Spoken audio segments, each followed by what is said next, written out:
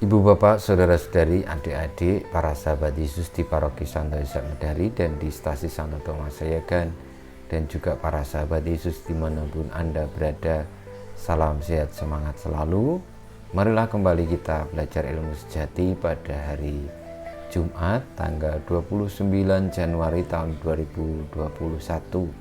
Kita mengawali belajar ilmu sejati kita dengan berdoa. Dalam nama Bapa, Putra, dan Roh Kudus. Amin. Allah Bapa, sumber iman kepercayaan, kami mohon iman akan sabdamu, dan resapkanlah ke dalam lubuk hati kami janjimu akan memberi kehidupan, agar kami menjadi orang yang berkenan di hatimu. Dengan pengantaraan Yesus Kristus, Putramu Tuhan dan pengantara kami, yang bersama Engkau dan Roh Kudus hidup dan berkuasa, Allah sepanjang segala masa. Amin. Para sahabat Yesus yang terkasih, kita akan merenungkan sabda Tuhan yang menjadi dasar belajar ilmu sejati kita dari Injil Yesus Kristus menurut Markus bab 4 ayat 26 sampai dengan 34. Pada suatu ketika Yesus berkata, "Beginilah halnya kerajaan Allah. Kerajaan Allah itu seumpama orang yang menaburkan benih di tanah. Malam hari ia tidur, siang hari ia bangun, dan benih itu mengeluarkan tunas, dan tunas itu makin tinggi. Bagaimana terjadinya, orang itu tidak tahu. Bumi dengan sendirinya mengeluarkan buah, mula-mula tangkai, lalu bulir, kemudian butir-butir yang penuh isi pada bulir itu. Apabila buah itu sudah cukup masak, orang itu segera menyapit, sebab musim menuai sudah tiba." Yesus berkata lagi, "Dengan apa hendak kita bandingkan kerajaan Allah itu? Atau dengan perumpamaan manakah kita hendak menggambarkannya? Hal kerajaan itu seumpama biji sesawi yang ditaburkan di tanah.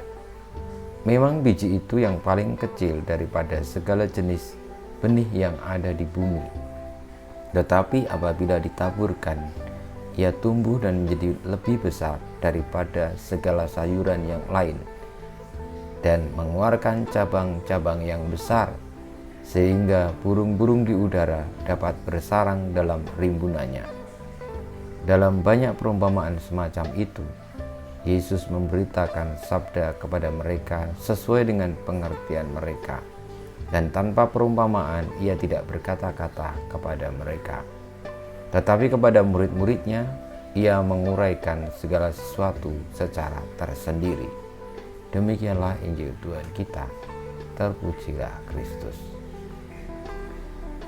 Para sahabat Yesus yang terkasih, kita belajar ilmu sejati dari sabda Tuhan yang kita dengarkan tentang kerajaan Allah seumpama orang yang menabur benih, dan benih itu tumbuh dengan sendirinya, lalu akhirnya masak dan dipanen.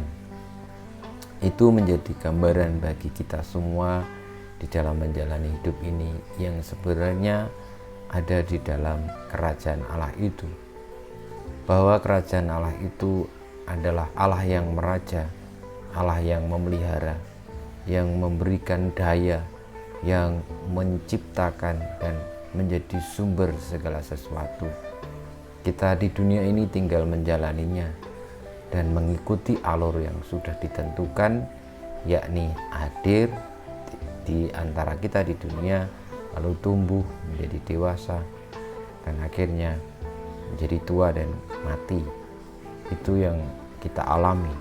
Namun tadi Tuhan Yesus juga menambahkan untuk menggambarkan bagaimana kerajaan Allah itu, atau untuk melambangkannya, Tuhan Yesus mengajak kita untuk memahami sebagaimana biji sesawi yang kecil, namun ketika tumbuh menjadi pohon bisa menaungi burung-burung yang hendak bersarang, dan juga tumbuh lebih besar daripada pohon yang lain dan memberikan berkat bagi yang di sekitarnya. Kiranya itu pula yang melengkapi pemahaman kita tentang kerajaan Allah, yakni Allah yang meraja, Allah yang menghidupkan, Allah yang mengatur segala-galanya, namun Dengan demikian ketika kita selama hidup di dalam kerajaan Allah itu atau mengikuti alurnya, kita boleh untuk menjadi berkat bagi yang lain. Kerajaan Allah itu juga artinya adalah berkat keselamatan. Semoga hidup kita tidak terlalu banyak gaya dan juga tidak terlalu banyak drama, tapi taat saja kepada Allah, mengikuti alurnya, dan boleh untuk setia menjadi berkat kehadiran kerajaan Allah itu bagi yang lain, yakni dengan menjadi bermakna, berarti bagi sesama, bukannya malah menjadi sumber masalah, tetapi menjadi pribadi yang solutif, menjadi pribadi yang hadir, lalu ditemukanlah jalan keluar kalau dalam ada suatu masalah seperti itu. Kalau ada yang sakit, dengan kehadiran kita menjadi sembuh orang itu.